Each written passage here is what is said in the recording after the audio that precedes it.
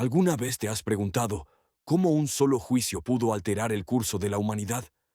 Nos adentramos en uno de los momentos más dramáticos y trascendentales de la historia, el encuentro de Jesús de Nazaret con Poncio Pilato. Este no fue un simple interrogatorio, sino un choque de mundos, de poderes y de verdades que resonaría por milenios. Prepárense para desentrañar los detalles de un evento que sigue desafiando nuestra comprensión de la justicia, la fe y el destino. Para comprender la magnitud de este juicio, es crucial situarnos en la Judea del siglo I. Era una provincia romana, sometida a la autoridad imperial, pero habitada por un pueblo judío con profundas tradiciones y una ferviente esperanza mesiánica. La ocupación romana generaba un ambiente de constante tensión, donde cualquier figura que pudiera ser percibida como un líder o un agitador era vista con recelo. Poncio Pilato, el prefecto romano, era el encargado de mantener la paz y el orden. Su principal preocupación era evitar revueltas que pudieran llamar la atención de Roma y poner en peligro su posición.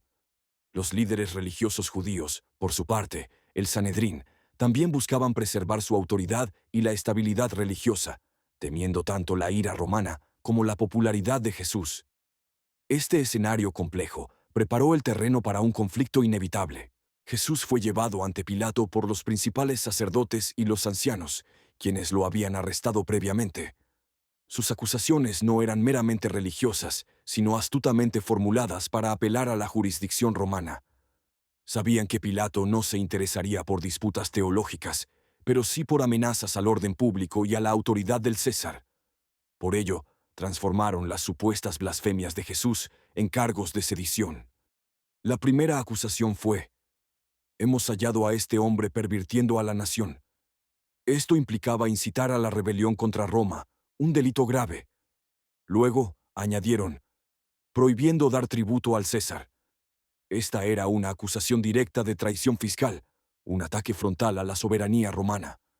Finalmente, la más explosiva, diciendo que él es Cristo, un rey. Esta afirmación, en el contexto romano, era una declaración de un rey rival al César, la máxima ofensa política. Pilato, al escuchar estas graves acusaciones, se dirigió directamente a Jesús. Su pregunta fue concisa y al grano: ¿eres tú el rey de los judíos? Esta era la acusación más peligrosa desde la perspectiva romana, la que implicaba una amenaza directa a la autoridad imperial. La respuesta de Jesús fue enigmática y profunda.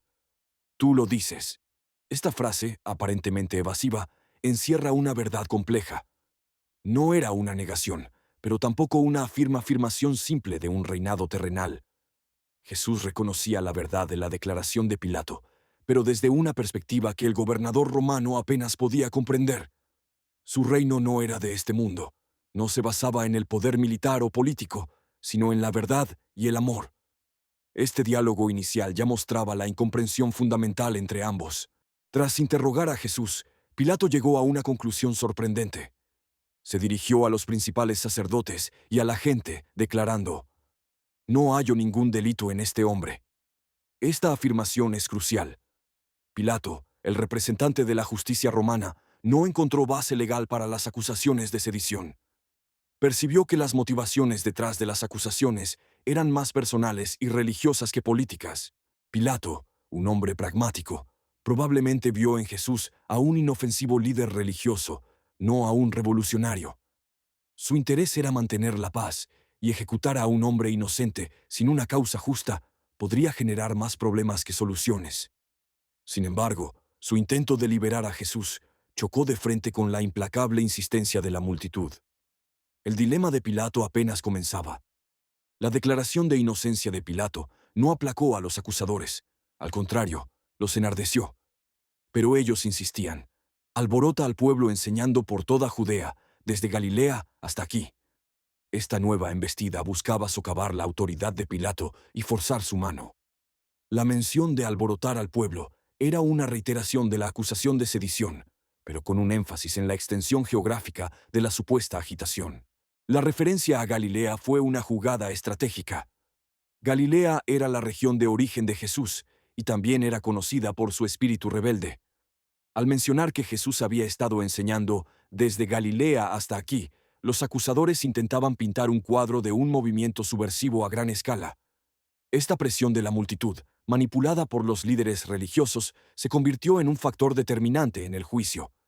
Pilato se encontró atrapado entre su propia evaluación de la inocencia de Jesús y la creciente amenaza de un disturbio popular. Al escuchar la mención de Galilea, Pilato vio una posible salida a su dilema. Si Jesús era Galileo, entonces caía bajo la jurisdicción de Herodes Antipas, el tetrarca de Galilea. Esta fue una oportunidad para Pilato de eludir la responsabilidad de una decisión impopular. Envió a Jesús a Herodes, esperando que este último se encargara del asunto. Sin embargo, Herodes, después de interrogar a Jesús y burlarse de él, lo devolvió a Pilato. Este intento fallido de Pilato de delegar la responsabilidad solo intensificó la presión sobre él. La multitud, ahora más numerosa y vociferante, no se conformaría con menos que la condena de Jesús. Pilato se vio forzado a enfrentar la situación de nuevo, con la certeza de que no podía simplemente ignorar las demandas de los líderes judíos y la gente. La política y el miedo a la revuelta comenzaron a pesar más que la justicia. Pilato, desesperado por encontrar una solución, recordó una costumbre de la Pascua: liberar a un prisionero a elección del pueblo. Presentó a la multitud una elección entre Jesús y Barrabás, un notorio criminal y rebelde. Pilato creyó que la gente, al ver la inocencia de Jesús y la peligrosidad de Barrabás, elegiría liberar a Jesús. Sin embargo, los principales sacerdotes y los ancianos incitaron a la multitud a pedir la liberación de Barrabás y la crucifixión de Jesús. Esta fue la prueba definitiva de la manipulación de la multitud. A pesar de la clara diferencia entre los dos hombres, la gente, influenciada por sus líderes, clamó por la muerte de Jesús. Pilato, perplejo, preguntó: ¿qué mal ha hecho este hombre? Pero sus palabras fueron ahogadas por los gritos de «¡Crucifícalo! ¡Crucifícalo!». La justicia se estaba perdiendo en el clamor de la turba. Ante la insistencia de la multitud y el temor a un motín, Pilato tomó una decisión cobarde. Se lavó las manos públicamente, declarando: «Soy inocente de la sangre de este justo, allá vosotros». Este acto simbólico buscaba eximirse de la culpa, pero no lo liberó de la responsabilidad de su decisión. Cedió a la presión, condenando a un hombre que él mismo había declarado inocente. La condena de Jesús a la crucifixión, una de las formas más brutales de ejecución romana, fue el resultado de una combinación de factores: la presión política, el miedo a la revuelta, la manipulación de la multitud y la debilidad de un gobernador que priorizó su propia posición sobre la justicia. Este momento marcó un punto de no retorno, no solo para Jesús, sino para la historia de la humanidad. El juicio de Jesús ante Pilato es mucho más que un evento histórico. Es un momento de profunda significación teológica y espiritual. Representa el choque entre el poder terrenal y la autoridad divina. Jesús, el rey de los judíos, cuyo reino no era de este mundo, se enfrentó a un representante del imperio más poderoso de su tiempo. Su silencio, su dignidad y su verdad contrastaron con la confusión, el miedo y la injusticia que lo rodeaban. Este episodio subraya la naturaleza de la misión de Jesús.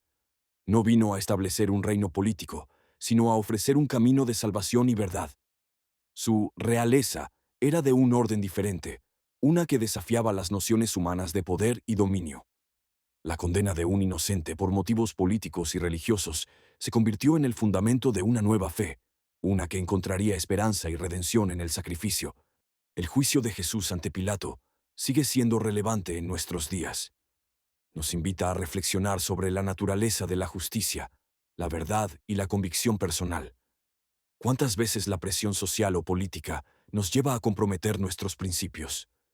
¿Con qué facilidad la opinión de la multitud puede nublar el juicio y llevar a decisiones injustas? Este relato nos desafía a examinar nuestra propia capacidad para discernir la verdad y a tener el coraje de defenderla, incluso cuando es impopular. Nos recuerda la importancia de la integridad en el liderazgo y la responsabilidad individual ante la injusticia. La historia de Pilato es una advertencia sobre las consecuencias de ceder al miedo y a la conveniencia, en lugar de aferrarse a lo que es correcto. La figura de Jesús, por otro lado, nos inspira a mantenernos firmes en nuestras convicciones, incluso frente a la adversidad más extrema. El juicio de Jesús ante Pilato no fue el final, sino el comienzo de un legado que ha transformado el mundo. Este evento, cargado de drama y significado, nos obliga a confrontar preguntas fundamentales sobre la fe, la moralidad y la condición humana. Nos muestra cómo la injusticia puede ser un catalizador para un cambio profundo y cómo la verdad, aunque silenciada temporalmente, siempre encuentra su camino. Este relato nos invita a mirar más allá de la superficie de los acontecimientos y a buscar el significado más profundo en las decisiones que tomamos, tanto individual como colectivamente. La historia de Jesús ante Pilato es un espejo en el que podemos ver reflejadas nuestras propias luchas con la justicia, la verdad y el coraje.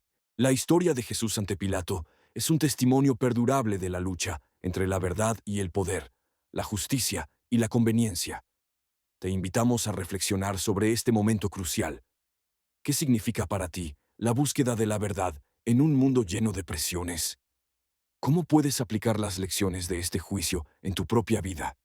Comparte tus pensamientos en los comentarios, suscríbete para más análisis históricos y espirituales, y no olvides darle me gusta si este contenido te ha parecido valioso. Tu participación enriquece nuestra comunidad